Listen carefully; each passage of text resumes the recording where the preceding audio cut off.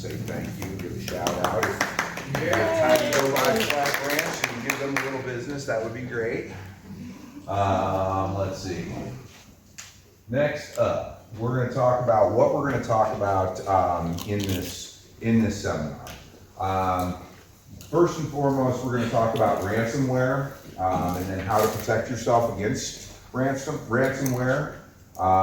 IT, hiring a good IT guy. We're going to talk a little bit about cryptocurrency. I'm going to touch on ADA compliance issues as far as your websites go, and then we're going to talk about personal stories.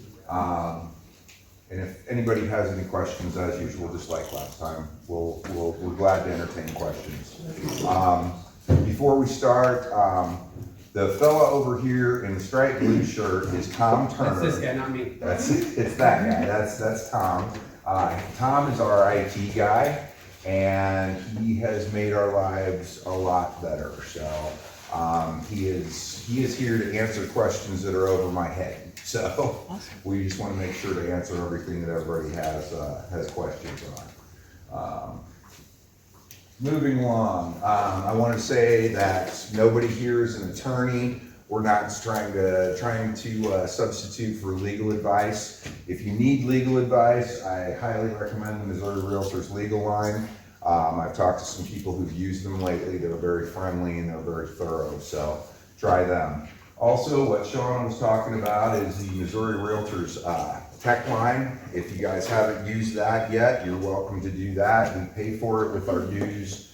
You can call them with any problems with your phone, your computer, with your anything, any kind of IT problems they can help you with to a certain extent with what somebody outside of your business can do. So I highly recommend them. And a lot of people don't even know that they're around yet. So I've been trying to push that a lot. Okay, so I went to the conference in St. Louis here not too long ago. Shauna was there also for the Cyber Security seminar that we had, and it's really scary stuff. We had a gentleman from Secret Service who worked out of St. Louis. He talked to us quite extensively about ransomware and how it is becoming a threat. This is an emerging issue that we're going to have to pay attention to eventually. There's a lot of us that we use computers, but we don't really know a lot about how our computers are secured and how our information is taken care of. So that's kind of what we're going to talk about, is how you're going to secure things. Okay, so the main thing I want everybody to take away from this, I'm not trying to scare everybody about what's going on. I want you guys to think about preparation, because if we prepare for what's coming, you can hopefully protect yourself against it. There's a lot of different things you can do. But the main thing is that you want to start doing this stuff now. You don't just want to say, okay, I'll wait until next year, or I'll wait 2 years and take care of this, because the problem may find you before then. Okay, let's talk about what ransomware is. Ransomware is a type of malicious software designed to block access to a computer system until a sum of money is paid. So what ransomware does is basically one day you sit down at your computer and it says, okay, all of your files are inaccessible and you can't access your computer, your email, any of your hard drive, anything you've saved, until you call this 1-800 number and send us a check for $50,000. So that's basically what happens when ransomware pops up, is you will find out and you will realize you have to pay a ransom. As far as paying ransoms go, I'm not going to say you should or should not. I will say if you do pay a ransom, the information that was stolen from you and encrypted from you is already gone. They may give you your files back, but all your information has been stolen, all your files there. Any of your clients and customers' information they may have gotten in touch with, they've already got it. And they're already selling it to people and trying to make money on it. So even if you do pay the ransom, you still have problems. Nope, going the wrong way here. Okay, so ransomware encrypts your files. So basically this is what it does. It goes into all of your files and it turns it into hieroglyphics is basically what it looks like. To where nobody can read this unless you have the anti-encryption device that they use. It starts with your oldest files. It'll go back to your oldest of old files and it'll start encrypting those, and then it works its way forward until it gets to files that you're presently using, and that's when you're gonna figure out that you've been hacked and you've got ransomware on your computer. Let's see, and it renders basically everything useless until you pay the ransom. Okay, ransomware is targeting medium especially, but medium and small size businesses, which everybody would think, why aren't they going after big business? Big business has security measures in place most of the time that are more difficult to get into. Small and medium-sized businesses do not. It's mom and pop businesses. A lot of people don't know how to run computer systems. They just know they got to put their stuff on MLS. They know they got to take pictures, stuff like that. They don't really think of a lot of this, but we are the target audience here for ransomware. Ransomware attacks are on the rise. The numbers really, I've seen numbers all over the place. The Secret Service guy who came up, he said that they were up 350% in 2021. I read something the other day that said they were up 78%. And then I've also read that the averages of the ransoms are going up. So what's an average ransom? It's gonna be between $20,000 and $50,000, and the average time that you're out of business is usually about 22 days. So not only do you lose your ransom and your files, but then you also lose all that business that you would have had. Ransomware companies are just like regular companies. They're like any other company out there. They have research and development, they have IT departments, they have HR, they have customer service, which you would think, what do you need a customer service department for? Well, if you're gonna pay a ransom to get your stuff back, you've gotta call somebody and make that transaction happen. That's their customer service. I mean, this is a company just like any other, only they are set out to steal your money. That's what they do instead of making money honestly. But other than that, they are companies just like us, only they are running completely illegally. And doing the wrong way again. Okay, so there's two main ways you can get ransomware on your computer. The most common is phishing emails. And we're going to talk about that in just a minute. These are emails from undisclosed sources, and they're going to have links for you to click on that will download something onto your computer. That is number one. The other way is fraudulent websites. You'll go onto a fraudulent website thinking, you know, oh, I can click this and download something, and it downloads this stuff onto your computer. You won't even know when it happens. You'll know 3 weeks later when the files you're trying to use are encrypted and you realize your whole system's gone. So we are going to look at, this is your typical phishing email. This is the type that we're used to seeing. It is very, very obvious that, you know, they are asking you to go take money out of an ATM and give me your name, your age, your sex, your country, you know, blah, blah, blah. You can see from a mile away that this thing is a fraudulent email. So these will usually get grabbed by your spam folders, but this doesn't have a link to click on. There's others that do. Main thing you want to know when you get an email is who sent this. If you're getting an email from somebody you've never heard of before and have no clue who they are, don't open it. You know, there's no, it's not gonna help you to open it. If it's something that's really important, they'll get back with you. Never click on an unknown attachment from an unknown source. That's another thing. If something, you're gonna get a bad feeling about it and you're gonna say, should I really be clicking on this? Answer is no. If you're even asking yourself that question, just get rid of it. Here is, this one is an example of a phishing email. So basically this is from PayPal, or it looks like it is. It's got an untitled attachment at the top.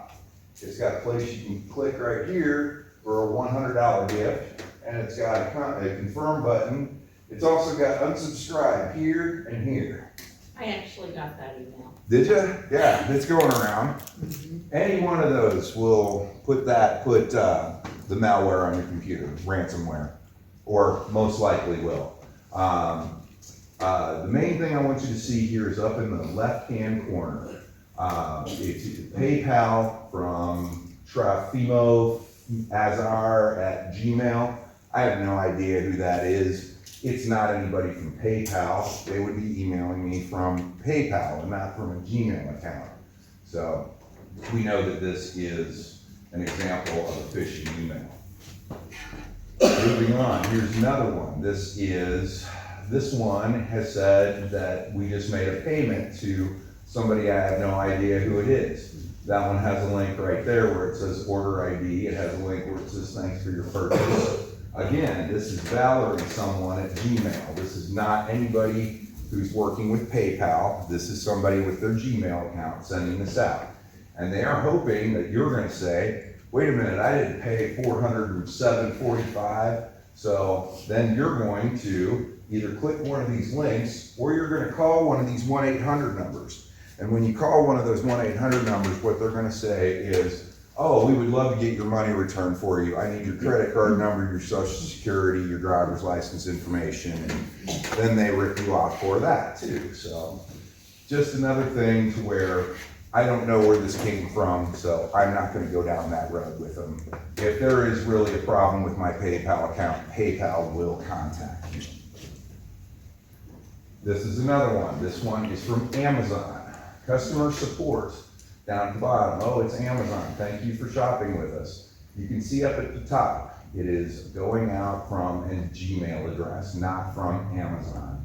This is showing I ordered a $1,500 laptop. I didn't. It meant nothing. It's the same deal. Give us a call and we'll rip you off even more. All right, so up in the upper left-hand corner, this is what you're looking for a secure website. You were looking for the lock over here on the left-hand side, and then you were looking for HTTPS. I've seen some that don't have the lock there, they just have the HTTPS, but that basically means you are on a secured website. So if you're going to enter your credit card information per se, you want to make sure that looks like that. If it doesn't, don't give them your information. Don't give them your social security, anything like that. You just know, you want to know you're dealing with a certified website. Okay, talk about IT for just a minute. And I don't mean him, I mean IT guys. You need to find someone to help you. Unless you're a computer genius, you need somebody to help you. I know some stuff about computers. I know nothing compared to Tom. Tom knows Tom set us up a server. He set us up with multiple redundancies, and he does things that I don't understand sometimes, but I know that all I have to do is call Tom and he will take care of us. You need a good IT person. You can ask Leanne that we had, 2 or 3 that were terrible, and they will ruin your life just almost as much as not having an IT guy. Our last IT guy had our system so secured that our employees couldn't access it, and then it wouldn't work for us. Then we'd call him upset, And he didn't understand why we were upset because, you know, obviously our system was so totally secured that we couldn't even get into it. So isn't that great? So anyway, when we got upset with him, he ghosted us. And then we were high and dry until Tom came by one day. And he makes all the difference in the world. And just so you guys know, the way we got our previous IT guys were, well, he's a friend of my brother's. Oh, I met him here. He's a friend of a friend or something like that, okay? And some of these people may have knowledge of computers, but they may not be the best choice for IT. Just because somebody says they can do something themselves, it does not necessarily make it a good idea. It's just one of those things. We don't do our own taxes. We don't defend ourselves in a court of law. We don't remove our own appendix without a doctor. There's things in this world that you're going to need help with, and IT is just another one. It's just that a lot of people think, oh, it's computers, we don't need to worry about this stuff. I'll get my kid to set it up for me and we'll be all set. Well, you're gonna get what you pay for, basically. So you really need like a badass IT guy, a tough guy in your corner. So that's why we got Tom. And Tom is our knight in shining armor. And if you think Tom's not a badass, I deleted our entire scanner folder the other night at 6:45 on Friday, and I would have lost my mind, but I called Tom and he said, I'm eating dinner, and hang on, and then 3 minutes later I had my file back. So that's what a good IT guy can do for you. He can just say, I already set this up anticipating we were gonna have this problem, and now it's fixed with no problem. All right, so prevention is the name of the game here. That's what we are trying to do, is prevent you waking up one day and figuring out that your files have been encrypted and that you are a victim of ransomware. Come on. Okay, so first, you want to use a quality, secured router. Your IT guy can help you set this up, but the main thing is you don't want to use the cheapest of the cheap router. You don't want to get that one. You want to have something that is, it's a good quality router, and then you're going to want to make sure it is secured. You can set up a filter firewall, and Tom was telling me about this. Basically, you can set up a firewall and say, I'm only going to have emails come in, or traffic come in from the United States. I don't do business in the Netherlands or Venezuela, so I'm just going to shut all those off. So you can set things like that to where it's going to cut down on the amount of junk trying to come into you. I would highly tell you to consider setting up a server. Tom set us up a server. It's basically a big computer that backs everything up over and over and over again, and our whole network runs off it. We can access our network at work. We can access it on our phones, our home computers, our tablets, you name it. Any place we want to go, we've got it all set up, and that's part of having a server set up. I'm trying to think of Am I making sense about the server? Yeah. Okay, good enough. All right, so you should also create a plan. This is important for if you do get hacked, if you do get ransomware. You want the decision makers, vendors, employees, anybody else who needs to know that you just got hacked. You need to make sure to let them all know and not forget anyone, because what can happen is everybody at the office knows that we just got hacked, okay? But we got one of our agents who's in Hawaii right now, and right now they've gotten all of her information in Hawaii, and she's out of town and doesn't know that they're draining her bank account or whatever else they may be doing with her information. You got to tell people, because they've got to start shutting bank accounts down, closing credit cards, all that kind of stuff, because it's gonna get worse. You know, you can just be sure if you get hacked that they are using and selling your information. Okay, talk about a backup plan for a minute. This is what NAR recommends, is having 3-2-1 backup plan. They say you should keep 3 copies of your data, 2 copies stored on site but on different mediums, such as thumb drive and paper files. And then you want 1 copy that's going to be stored off-site in case your office burns down, flood, something like that. That is how to cover yourself.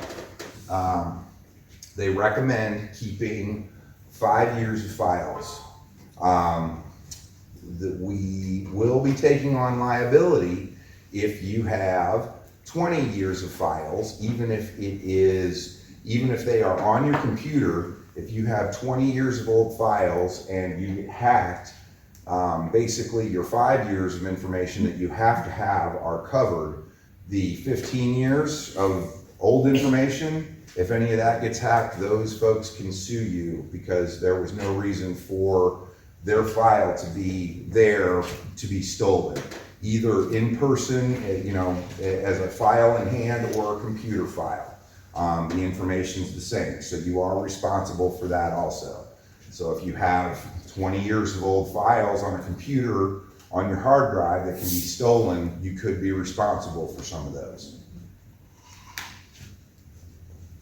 No? Try again. Okay.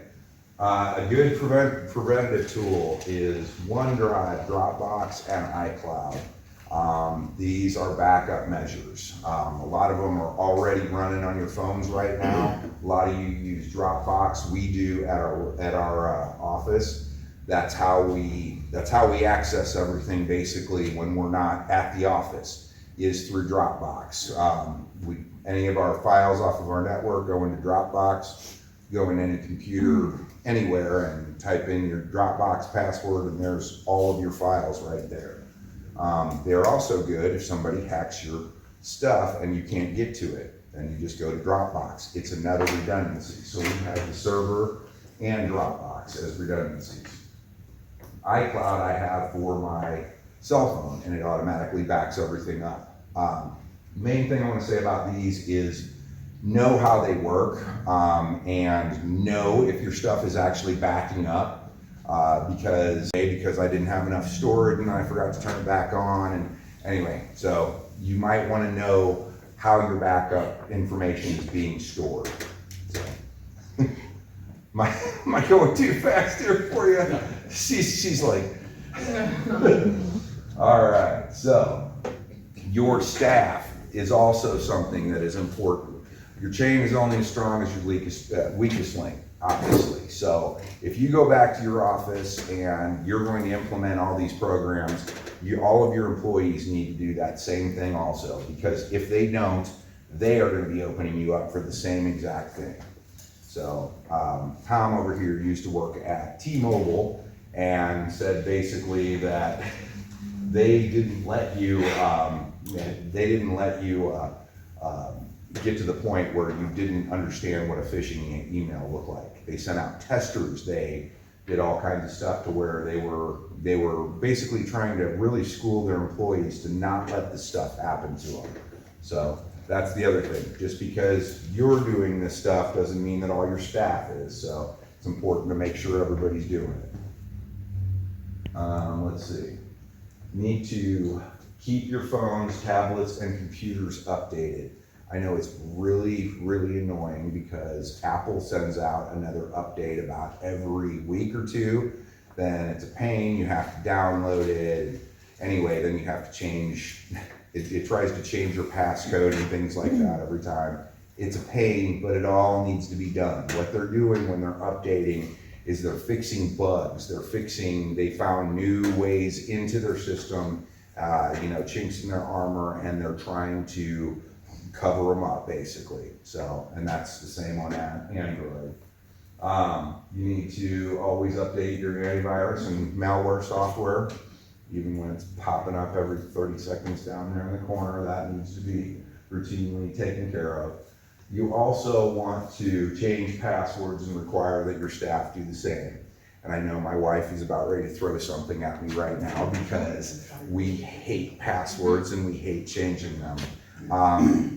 You can consider getting an app on your phone or your computer that is a password manager. And I just recently started looking into these, but basically you turn your password manager on and it'll give you a password and you get in. That's how it goes. You don't have to look stuff up in the back of your notebook and type stuff in and have multiple lists for people to find and all that stuff.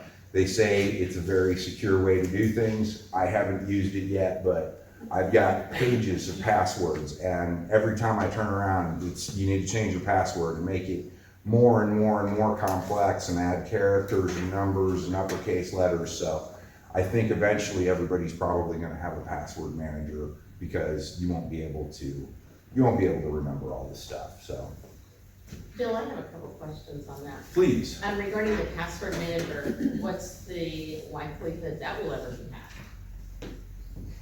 I don't know, good question. I think it's similar, I think the technology is similar to Supra and Sentry, to where it's gonna give you one-time codes and stuff like that. I don't know exactly about how often they get hacked. My next question is, our computers will save passwords. How safe is that? Can we rely on that?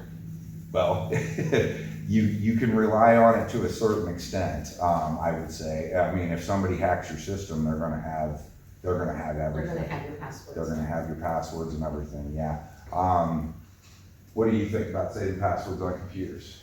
Well, Google Chrome does some stuff to like protect those passwords, like they're encrypted in there and stuff. But if you compromise your computer and they take control of your physical computer, I had a client that happened to where he was on a cruise and he had downloaded some malicious software onto his laptop, and then they displayed a fake battery charging symbol on his iMac. So he just kept it plugged in and was like, oh no, there's something wrong with the battery. And that was a fake thing they were putting up on his screen because they were remoted into his computer. Behind that, they were going to his web browser, logging into all his bank accounts. They transferred out like $780,000 for him. You found out.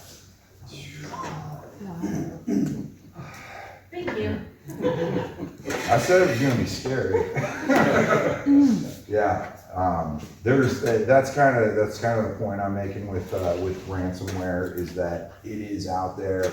They are smart. Their research and development teams are just finding more ways to get in your pocket, and they will find a way. So taking a few precautions. I think putting precautions in place is going to slow anyone down. They say that about burglars, they say that about everything. If you make it real easy for them to just roll right over you, then they probably will. But you can take precautions. So let's see. There is also cyber security insurance. If you get really nervous about this, if you think you are, super susceptible to being hacked, if every real estate agent office around you has gotten hacked and you're like, my turn's coming up, get some cybersecurity insurance. Median price is about $140 a month, and it will cover the price of your ransom, your recovery. They will pay for lost business, things like that.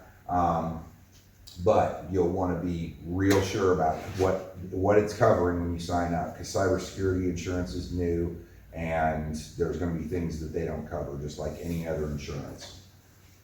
Kind of like your auto insurance. If you left the keys in the car and someone steals it, they might not pay for it. So, just because you have cybersecurity insurance doesn't mean they're going to cover it. You may have some stipulations in there saying, you have to take measures to, protect yourself. That makes sense to me, yeah. Okay.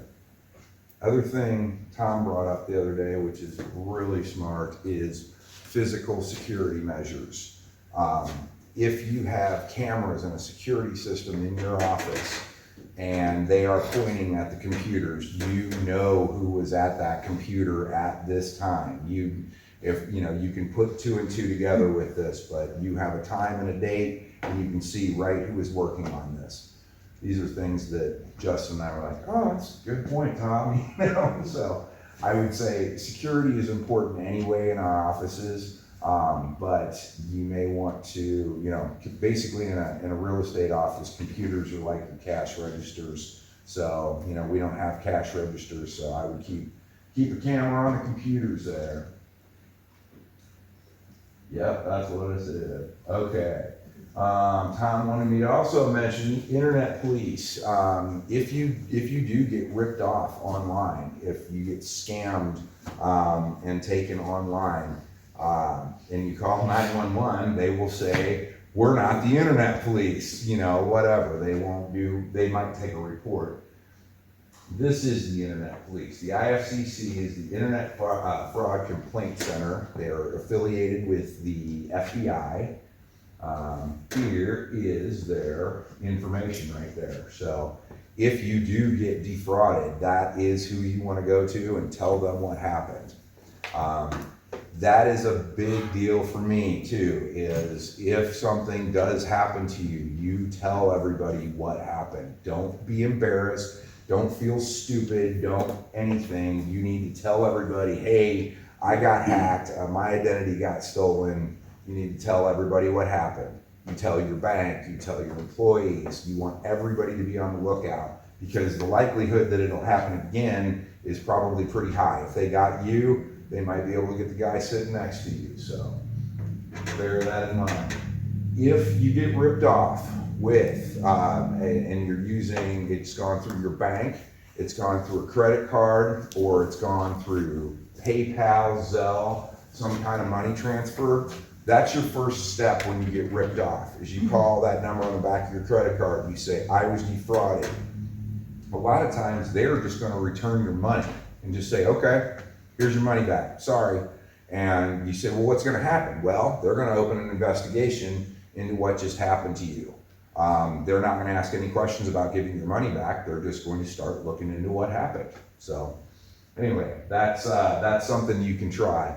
I'll tell a story in a little while about when we got our local bank involved with a problem we had, and it really worked out pretty well. So anyway, now Justin is going to talk about cryptocurrency for just a minute or two, Bitcoin and what have you. That's the one that goes to your next slide, yeah. So cryptocurrency and Bitcoin, Ethereum, Zedgecoin, TGPs, these are all things that were brought up as a topic of discussion in the emerging issues in the spring business conference, and I felt like it was something we need to just at least be knowledgeable about as something that can be coming up in the next 2 to 5 years.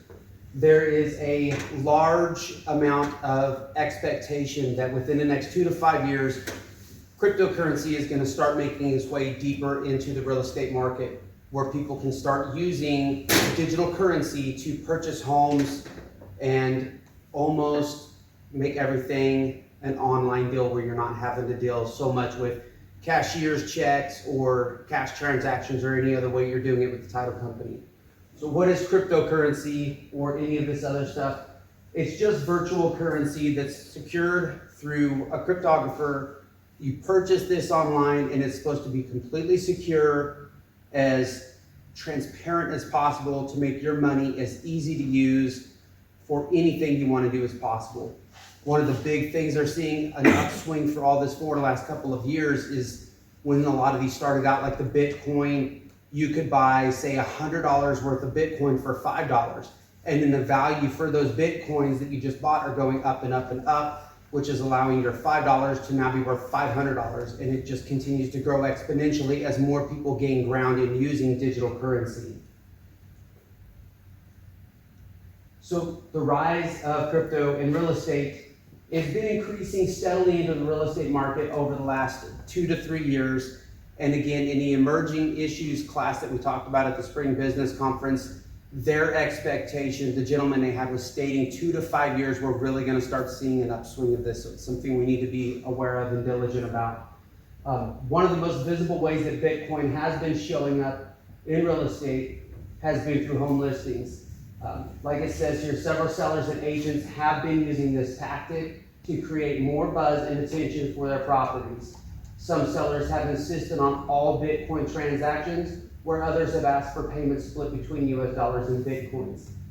And then it continues on and states that this appears to be an increasing trend, and many have enjoyed big wins in cryptocurrency. So what that's really meaning for you is understand that this is coming, it's gonna get to us eventually. It's in big cities right now, it's been happening. They've had a few transactions in St. Louis and Kansas City, one that I found out within the last 6 months in Springfield as well. So it is making its way down here. What do we do if we have somebody who wants to do that? So your question is, what do you do if you have somebody that wants to do that? My encouragement would be, if you have somebody that either wants to list a home as purchasable with cryptocurrency, or they want to buy a home with cryptocurrency, immediately contact your board of realtors and contact whoever you can that's higher, that may be more knowledgeable about whether that's something that has happened through your board, and find out what the policies and procedures are, and then contact your local title companies. Understand if they are even accepting this form of currency right now. I'm not sure how many do and how many don't. It's not something I've come across in our area at all, but it is something that I think is gonna start happening as this does continue to be an increased popular thing. The dangers of getting involved in cryptocurrency and real estate is you can have losses due to hackers. These, again, hand in hand in tandem with cybersecurity, is these things can be hacked. They're not impervious to it. There's no downside protection or hard collateral. Bad actors and entrepreneurs with no real estate experience, hyper volatility, control over currency prices is held by various but small influencers, and there's a risk of new regulations. So you can have it set one way right now, and in a month or so down the road, they're gonna put regulations in place that say you can't use it for this specific purpose. Even if you have a transaction going on, it may completely shut down your transaction by using cryptocurrency. Advantages are privacy for the buyers, easier international and overseas transactions. I don't imagine that really applies to anybody here. Liquidity in real estate investing, reducing the cost of real estate transactions, avoiding tax on transferring property rights, gaining attention in the press, and balancing the security of brick and mortar real estate with flexibility of Bitcoin. So summing all of this up, it's just something that's really coming together. It's gonna happen. We need to be aware of it and know what to look for and what our policies and procedures are gonna be for handling this.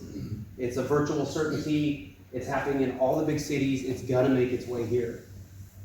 Does anybody have questions about any of that? Do you know if NAR has any policies or anything in place? As of right now, I shot an email to NAR, and the response I got was that they are currently looking into it, as they're still, it's an evolving thing that they don't really have a whole lot of grasp on right now. But I am trying to gain more clarity on what we're gonna do and how we're gonna handle this situation when it comes up. All right, we'll move on back to Bill. Thank you.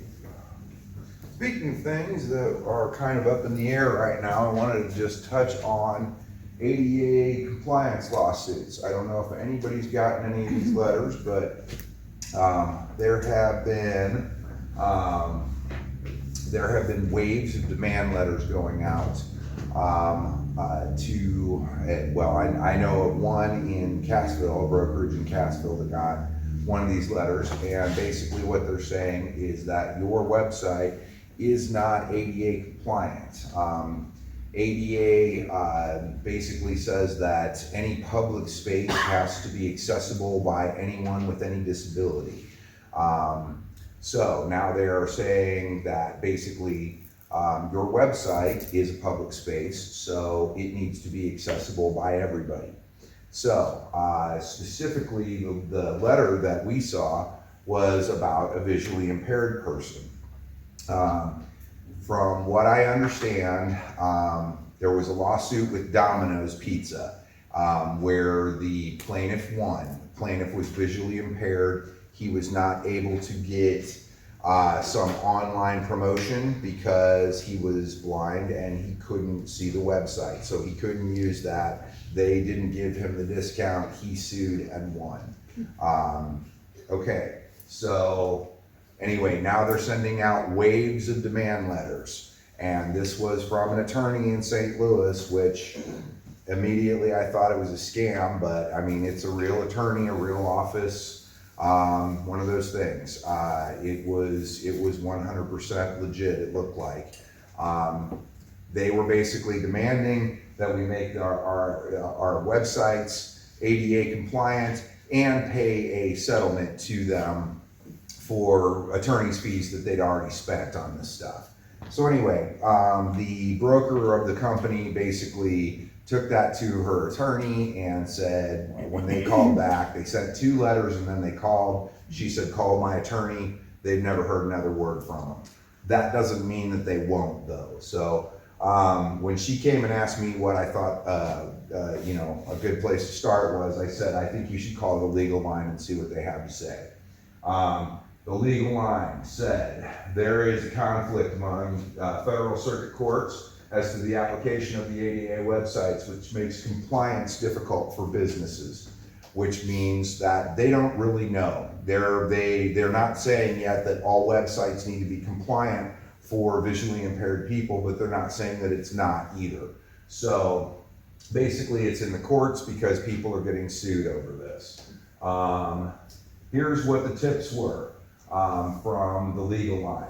They said, access your website's accessibility and create a plan and take steps to address the accessibility issues. So if you are not, our website's not good for visually impaired people, so we need to start taking steps. That's the first thing.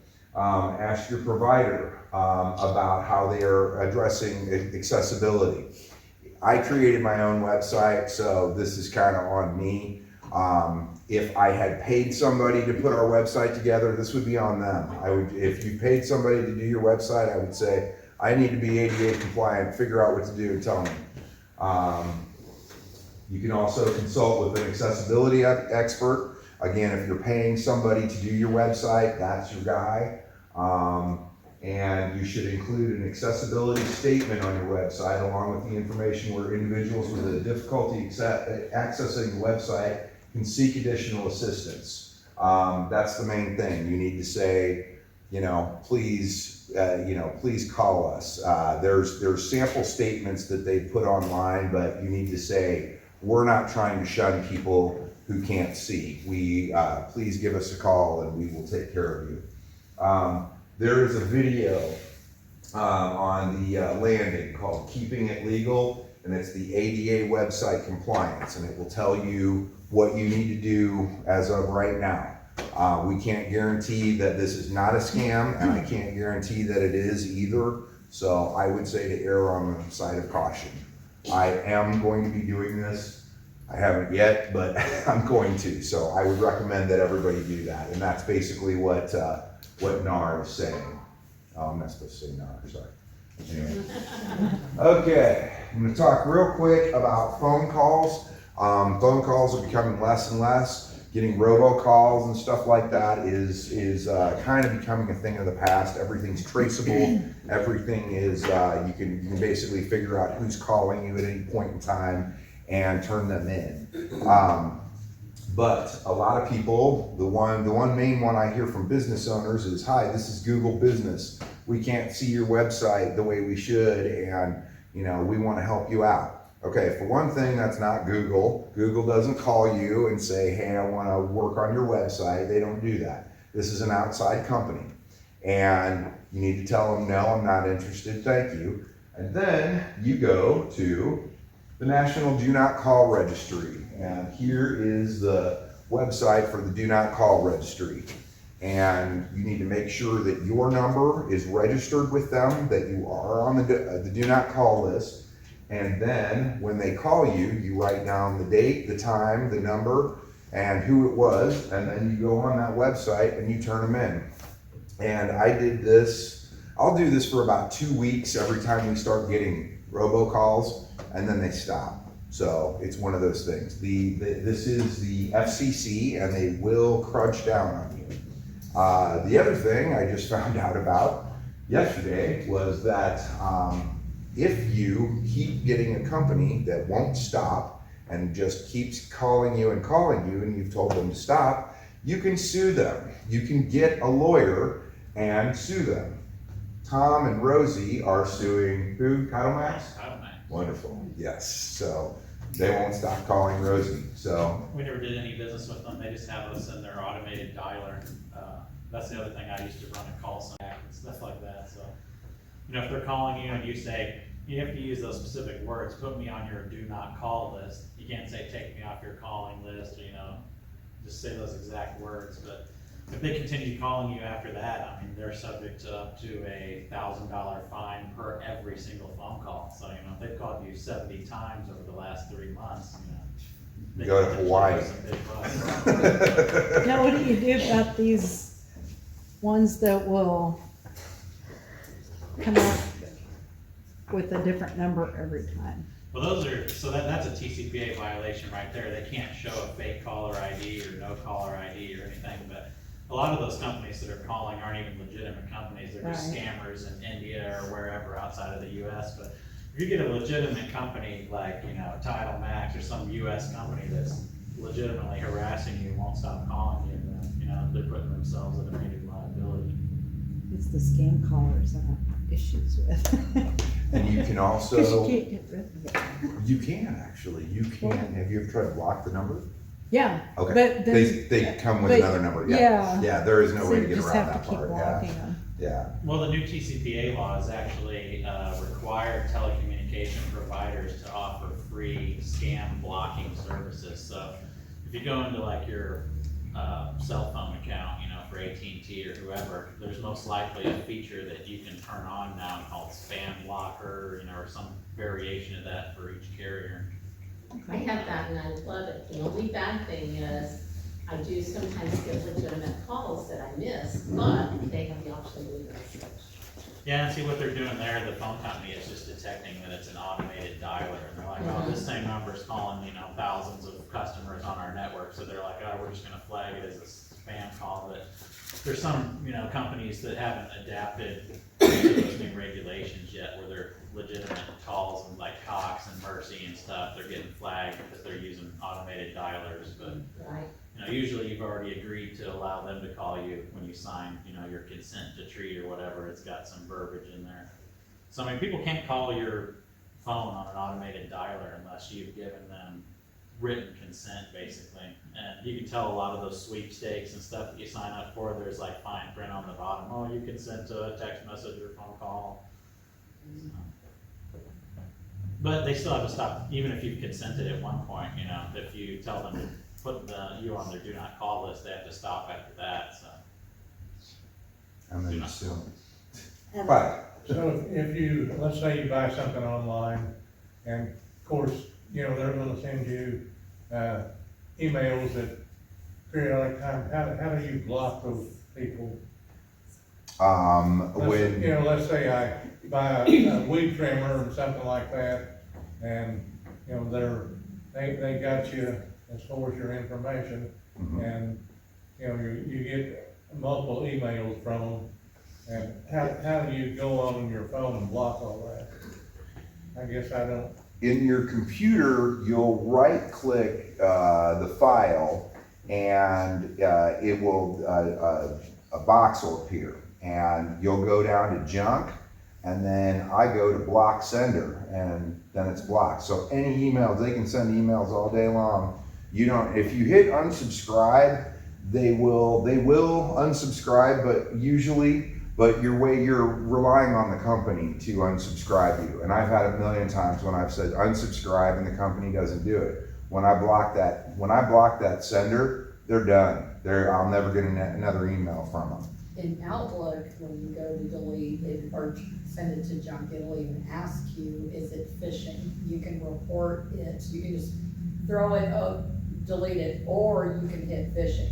So if you feel like someone's trying to get you to click on something you shouldn't and things like that, you can hit that phishing Yeah, and yeah, use your junk folder. Just if you put stuff in junk, it'll know that it's just junk, you know? So when they send it back, they'll be like, this is probably just junk. In Gmail, it asks if you wanna report it as spam too. Oh, okay, so, yeah. Yeah, if you're using Microsoft Outlook on your computer, it's a little better than just using the like web login for your email, because, you know, Microsoft has phishing filters and stuff where they're looking at taking a second look at stuff beyond what your email provider does. And plus, like when Leanne was saying, like if you flag it as junk, Outlook's actually creating a custom email rule in there where it'll be like, oh, anytime we get that, just move it to the junk folder.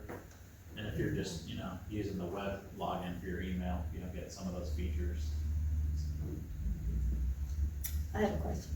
If you receive calls that say unknown, is there any way to find out who that is? Well, not really, because those calls, they're illegally blocking their caller ID, basically. So And there's no way. but yeah, in a case where like, you know, someone's harassing you through that route, usually even if you try to sue them or something, like the law firm can't even figure out, you know, who they are, you know.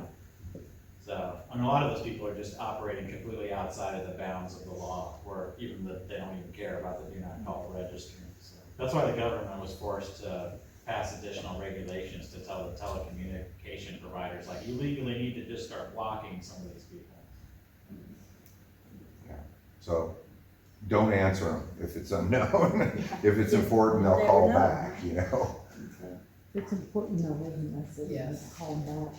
Here's a new scam. I just heard about this one. A cop friend of mine told me about this. Some of you may have heard this. You answer the phone, hello? Nothing. It's just silence. And then somebody comes on. Hello, is this Bill? Me. Yes. Click. Now they have a recording of me saying yes. Okay, and that's my voice saying that. So the correct answer is, hello, nothing. Hello, is this Bill? Who is this? Click, they're gone. So, and then block their number. So, I never even thought of that. I'd heard of that a few times. I just got one this last weekend, and then I was, right after I said yes, I was like, great.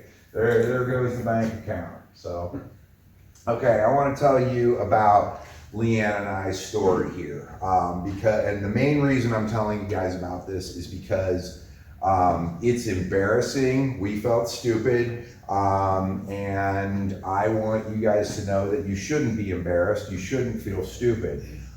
This had a happy ending, but it was not fun at all. So what happened was Leanne got a new iPad.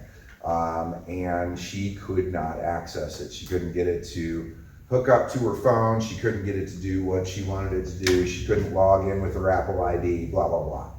She went on Google and Googled Apple support, and a number came across the top, and she called it. Hello, this is Apple support. You know, oh, well, hello, this is, you know, Leanne. Oh yes, hi Leanne. We can see here that, you know, what's going on? We see your account. Okay, well, I'm having trouble with my iPad and getting this to work. Okay, so she had been on the phone for about a half an hour when I got into the office, and she said, the first thing she said to me is, I don't have a very good feeling about this. And I was like, what's going on? She said, they're wanting me to verify a bank account with Apple so I can log into my tablet. And I was like, okay, you know, and I got the phone ringing and I got this going on, it's our office, it's crazy. I'm like, okay. So anyway, so she had set up a Zelle account, which is kind of like a PayPal account. And basically the way this all worked was this gal kept us on the phone saying, oh, no, I'm gonna take care of this, I'm gonna take care of this, we're almost there, we're almost there, we're almost there. Okay. Here, you need to set up this account. Okay, now I need you to put $300, authorize a $300 payment. And I'm like, what is going on? And she goes, oh no, we'll give it right back. We'll give it right back. Boom, $300 is gone out of our bank account. Okay, then she said, oh, well, it didn't work that time. Why don't you try it for $700 this time? And right then I was like, oh crap, we're screwed. And I went in the other room, I called the bank, I said, put a lock on our account. We just got hacked. Anyway, the bank shut them down. The bank said they just tried to run through $700 on the same thing. You didn't even authorize. It's like, Great, okay. So we're like, how did this happen? We thought we were talking to Apple. We went through, looked at Google. It was somebody can buy the top piece of advertising there at the top of the Google screen, and they stuck that number in.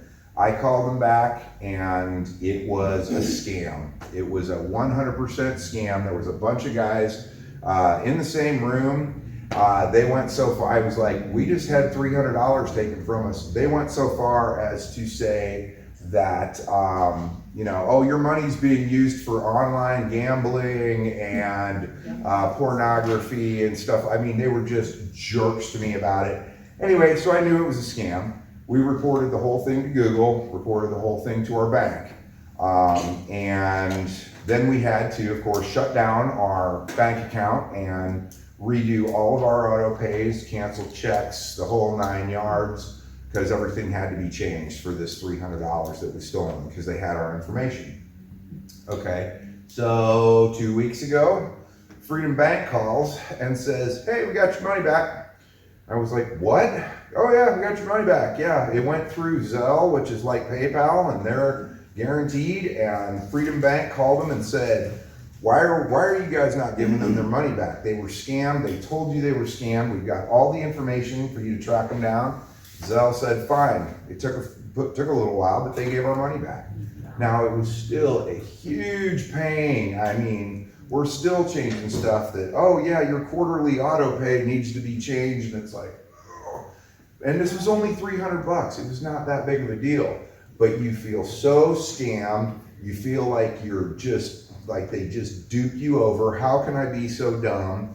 I mean, Leanne and I are, you know, we might not be the sharpest knives in the knife thing, but you know, we're not dumb either, you know, and I feel like this was pretty crafty. Yes, you in the back with the white sweater. We figured out how to test the system, and I'm embarrassed to tell you, but. Don't say any bad words. But if you start Earmuffs, cussing Kevin. and they don't hang up on you, because that's what was happening with mine. I was using a lot of words I shouldn't have been using, and they did not. And they didn't You know, hang if you're up. with a legitimate companies, they're gonna say, ma'am, you can't be cussing at me, you can't be. Yeah. It did not matter what I said, they kept me on the line. If you're not a Yes. cusser, you can say one cuss word or two. That'll do it. If you Yeah. have Apple support on the phone and you They're cuss not at gonna them, they're listen gonna to you say, cuss back. this is your Yeah. warning. I'm going to hang up. If you cuss at a scammer, they say, oh, just calm down. It's fine. We're almost done with this. Yeah. Need another $10,000 and we're good. You know? So bear that in mind. And that is how those scammers operate. They are, oh, this is all gonna go away. I know your computer doesn't work, but it's just in a second here. If you just do this thing, this will all be We're done just and you here to can go help to you, lunch. we're just here to help you. Yeah, That's we're what just here to kept help. saying They over kept and saying that over and over. over and over. Calm down, we're just So- here to help you. That's what happened to us. Yeah. So it's one of those things. It can happen to anybody. We didn't really see it Doesn't feel coming. right, it's not right. No, it's not right at all. And you won't want to tell people what happened, but you have to. You have to just say, I got scammed. This is how they did it. So next time when somebody's sitting next to you at your office and they said, hey, you know, these people just at Apple support asked me to put $300 in a Zelle account, and you're like, wait a minute, no, don't do that, you know. So that's kind of what I wanted to get across, is that if this does happen to you, bear in mind that you're not alone and there is help out there. So And it happens everywhere. I have a story too. what is your story, Sean? My aunt died 3 years ago now, and I was her power of attorney. I did everything for her. The morning that she died, I used her bank account at the florist and a final payment at the funeral home. And that evening, I went in to check her account, and we had a $5 withdrawal, we had a $20 withdrawal, we had a $50 withdrawal, we had a $100 withdrawal. And so I called the bank, and I'm like, I don't know what's going on, and they're like, they're hacking your account, and they're gonna keep doing that until it's Bigger and empty. bigger and bigger. And so, she said, I can block it, but I went ahead and went on down and closed out the account. But that's been 3 years ago, and they haven't done anything since then. meaning the bank has it. Yes. Yeah, another thing you guys should watch out for is called port out fraud. Like, you know, when you move your phone from one phone carrier to another and they port your number over. Well, if the hackers can get a copy of your cell phone bill or your cell phone account number or your PIN number for that account, all they gotta do is get a cheap gas station burner phone and say, oh, I wanna port my phone number over to this phone, and they've got your information, boom, they port your phone number over to them. Then they have control of your phone number, and well, how do you get into your bank if you forgot your password? Send you a text message. Well, how else are they gonna call Lisa if they don't have access to your phone number, you know? So then all of a sudden your phone quits working. Like Bill's because your calling me number's now. been forwarded out to another account, and you're like, what's wrong with my phone? And you spend the next 2 hours on the phone with the AT&T trying to figure out what's going on with your phone, and then meanwhile, they're already cleaning out your bank account. They've got control of your phone. So how number. can you avoid that? Well, a lot of the carriers like T-Mobile and AT&T, they all have a thing called port out protection, which you can just call them and they'll set up an additional PIN code that you'll have to provide to them if you ever want to port your number out. But that was a very common scam that's happened recently, because all they need is your account number, the account passcode, and your phone number to do it. See, someone filed taxes in our names, and now we have PIN numbers every year. They used all our information, and we went to file our taxes. Well, we got a check in the mail. I was like, I haven't filed my taxes. And I took it to a friend at the bank, and he said, I don't think this is real. I think it's some kind of loan situation. No, they filed in our name, and they've gotten a refund, and tried to put it on some sort of card. But it came to me instead. Of course, they'd done it through like TurboTax or somewhere, but it took, I That's don't know. probably because of the Equifax data breach. Seven- Everyone's data. Well, he worked for Premier Turbines, and they did their payroll out of Arizona, and they had hacked the payroll, something down there, and got all, you know, it was a pain. It took like, I had to call everybody you can even imagine, organizations. I even had to go down here and file a police report, you know, and then when I called TurboTax, and I said, you know, don't be giving, they said, well, somebody called in about this check just yesterday, and I was like, well, it wasn't me, and this is my name, so you probably better not be giving my information out anymore. And they were like, well, where's the check? And I said, well, I've sent it to the IRS. Well, you should have sent that back to us. I was like, I don't think so. Like, I'm gonna give you the check before the IRS, but it took about 7 months to get it straightened out. Oh. TurboTax is in the middle of a big class action lawsuit. I just, Maybe I should try to join in. yeah, they, They just come to a consent decree, did they? $400 million is what. Wow. Yeah, that was from that, yeah, it's for that commercial, free. It wasn't free, and they went and sued, and 400 million. Wow. But anyway, yeah, they deserve it for that commercial, so. No, I just heard about that they are in the middle of a lawsuit, and they've had a few problems, so. Anyway, well, I'm sorry to hear that. You Well, guys have it it's straightened been, out? but they give us, every year now, we get from the IRS, we each have an individual PIN number. And our taxes, we have to have those PIN numbers to file the taxes, because, you know, they still have our information. Yeah, unfortunately, due to the Equifax data breach, about 150 million Americans, they already have all your social security number, all the info they need. They just need like one last little piece of information to be able to do all sorts of things with it, so. Well, it's kind of a surprise. I was like, gee, $5,000. Money. Well, I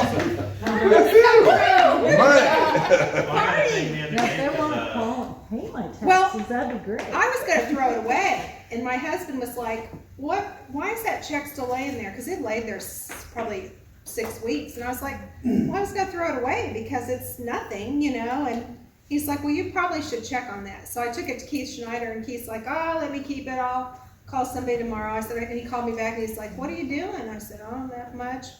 Well, you probably need to call the Internal Revenue Service. And I'm like, seriously? You know? Jeez. Yeah, that's going around a lot. Like I have a LLC for my IT company, and I got a thing from the IRS a few months ago that said that I had filed a profit and loss statement for my partnership, and I'm like, well, it's a single member LLC. I don't, you know, and I was like, I didn't file a loss that year. Well, through some sort of data breach, they had got my company's EIN and all that info, and Oh my they had gosh. filed a fraudulent tax return claiming some huge loss, and that they, you know, the IRS had flagged it, because they were like, well, this isn't your normal address that they're trying to get it sent to, and you know, you filed taxes already on this business. Well, the IRS guy, when I was talking to him, I was like, you know, I don't understand this, you know, how do they do this? He said, well, unfortunately, while you're asleep at night, Mrs. West, he said, within 15 minutes, they're doing this to, I don't know how many people. And he said, you know, that's how they make their living. They stay up all night trying to steal people's taxes and they get them. I'm like, well, it seems like Yeah, it'd be a you're- little harder, but it's not. You're not paranoid if they really are out to get you. You're right. So bear that in mind. Don't feel paranoid, because there are a lot of people out to get you. So that's what we had for today. I appreciate all you guys coming out. Unless anybody else has any other questions for our genius guy over here. And by the way, Tom is available as an IT guy. He said he'll give $5 off the first 10 people today. So. All right, thanks you guys. I really appreciate y'all coming out.